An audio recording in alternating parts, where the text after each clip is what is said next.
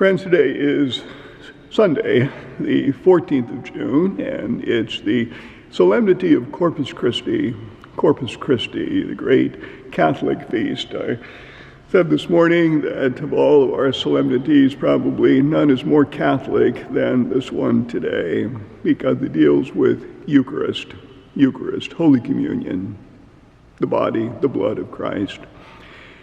And when I think about the readings we had today and how explicit they are about the body and the blood of Christ and eating the body and the blood of Christ, it surprises me that so many Christian denominations do not celebrate Holy Communion or Eucharist in any way. And they read the Scriptures more literally even than Catholics do, and yet somehow this Eucharist is left out.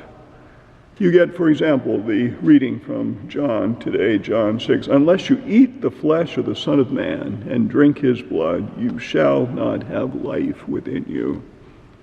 Could it be more clear than that? Or the second reading today from Paul's letter to the Corinthians, 1 Corinthians, "The cup of blessing we bless, is it not a participation in the blood of Christ? And the bread, the bread that we break, is it not a participation in the body of Christ?" The bread, the cup, participation. Now, I don't like that word, participation. It's kind of a weak word for what it's dealing with here. The Greek is koinonia.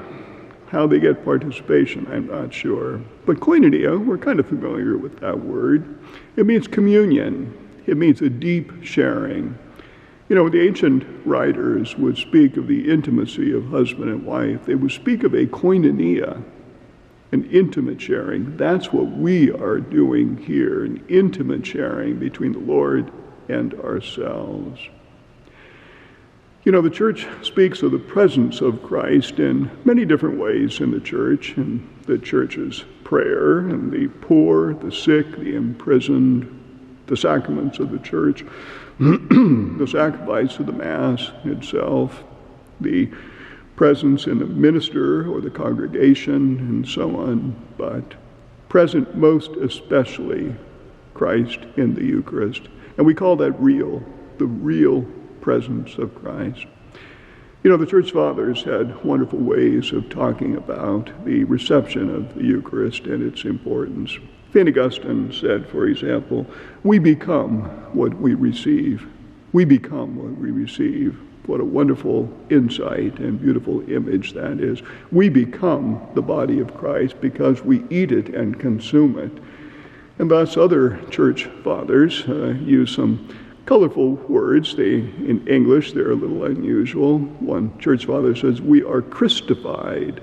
Christified, we become other Christ when we consume the Eucharist. Or another church father says, "We are eternalized." We become eternal, eternalized. Whoever eats this bread will live forever. Eternalized, Christified, we become what we receive. Have a great day. We'll see you tomorrow.